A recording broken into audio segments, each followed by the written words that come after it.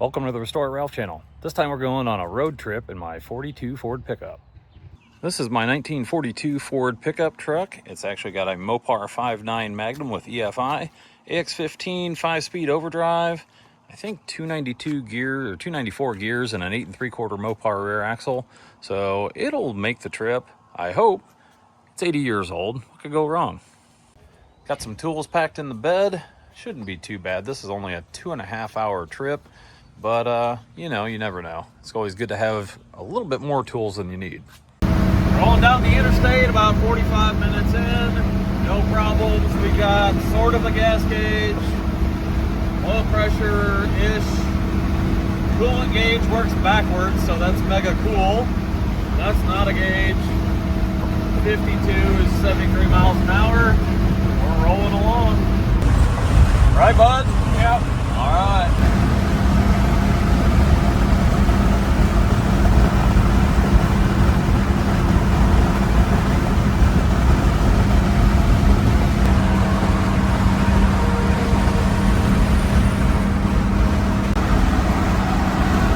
Gas gauge hits empty, that means we've got about half a tank left, so we'll be just fine.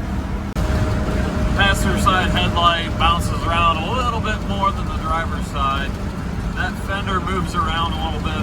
We probably need to shore that up. That'll be fine.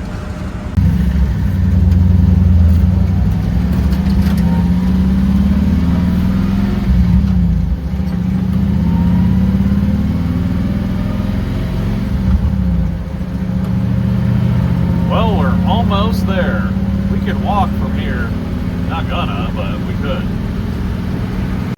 I don't know how, but I think my dad has talked me into helping him do a clutch on this stupid tractor, so we'll see if we can get that done today. I am not a tractor expert, nor do I want to be, but the tractor is split in half, and we are gonna replace this clutch. It would not release, and there was a pin actually loose in this little finger on the pressure plate, and that was probably causing it not to apply pressure and release the clutch. But we've got a new clutch, and we're going to throw it in here and hopefully get this, what is this thing, a Cub? Or an A? Super A. We're going to get this, we're going to get this 1950 Super A back being super.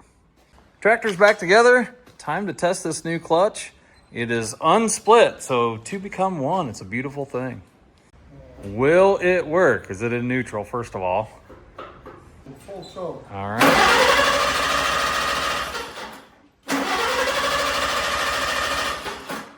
No choke.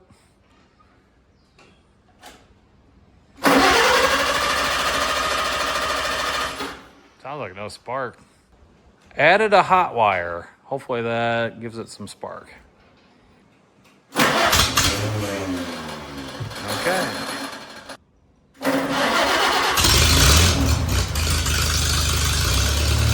There we go. Now, does the clutch work?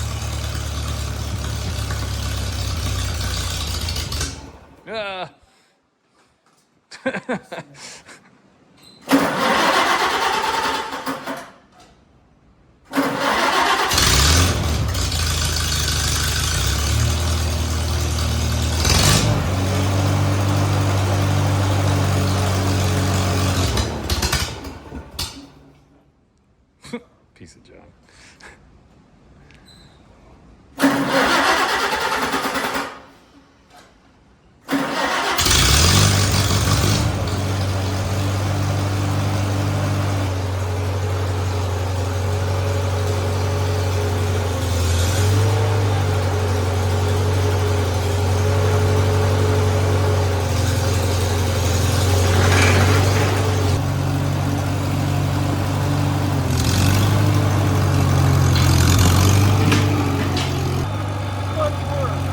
Awesome.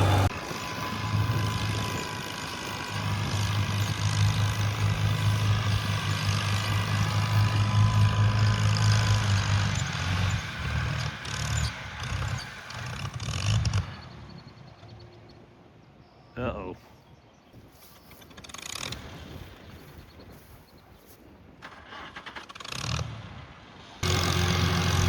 All right, I am tractored out. I don't want anything to do with the tractor. Took the carburetor apart, cleaned the jets, readjusted it. I think it's good to go.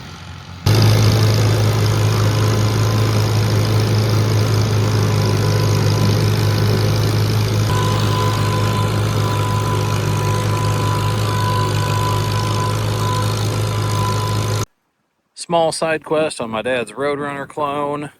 Got a couple scuffs and scrapes here on the quarter panel. I'm going to try and get those out. It does have some small denting on it, but I'm not going to worry about trying to fix that. I just like to make it to where you don't see the dull paint. So I painted this car getting close to 20 years ago now. So the goal is to not make this show car paint. There are some flaws and some stuff that I put in it when I painted it. So what we're going to do is just try and get some of the scuffing off of it. It might have accidentally hit just the edge of the barn. So we'll fix that up, get it back to where you don't notice it anymore. I'm going to start out with a piece of 2000 grit wet or dry paper. I'm going to just barely scuff that top edge there. I don't want to burn through the clear, well, even though I probably will. And I'm going to even out this scratch and some of the lower scratches down here and get this thing maybe just ready for a light buff.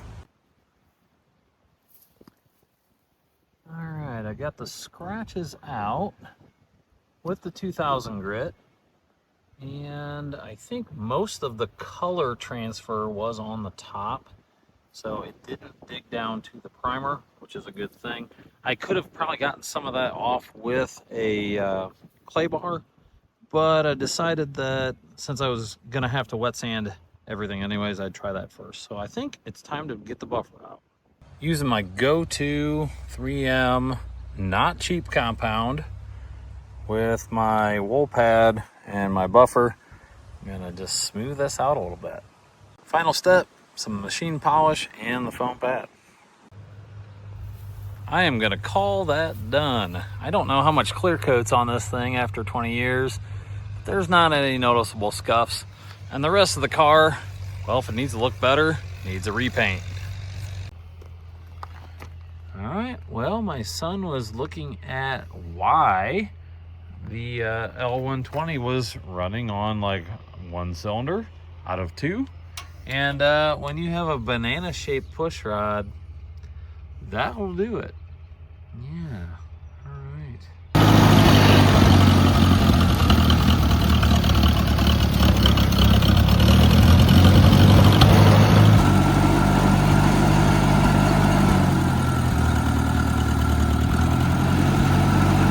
So we go.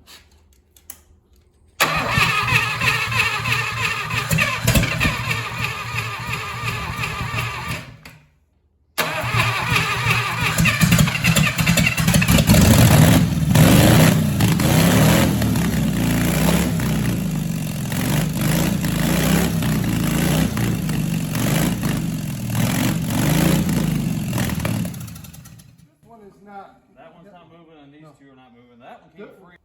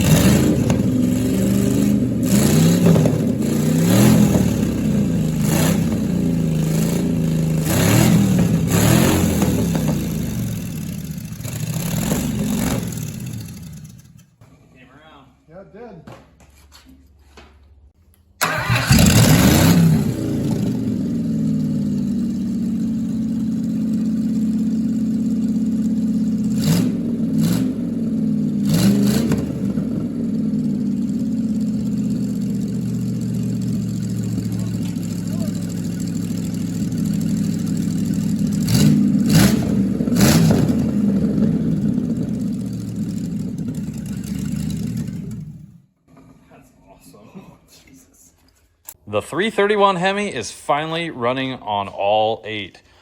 So we identified the valves that were not moving, kind of soaked them with some PB Blaster, and then once we got it running, we kind of tapped on them with the dead blow, and they finally all freed up. This thing is running pretty sweet. We really need to pull it apart and get all the mouse house out of it and go through it a little bit, but now we know it's like a gasket and maybe bearings away from being a runner. This is my son's 1973 Plymouth Fury 3 4-door hardtop. He got it from his grandpa as a project, and the price was right. But it's a 360 727 2-barrel, and I think it's got like 120,000 on it. So he's been trying to get this thing back from the dead. It was not running for, I don't know, 10 years, 15 years, something like that. And he's got a new fuel tank in it, new fuel lines, and we just got the distributor freed up. It was kind of stuck in the block, and we adjusted the timing, so it is running way better. Still no exhaust though.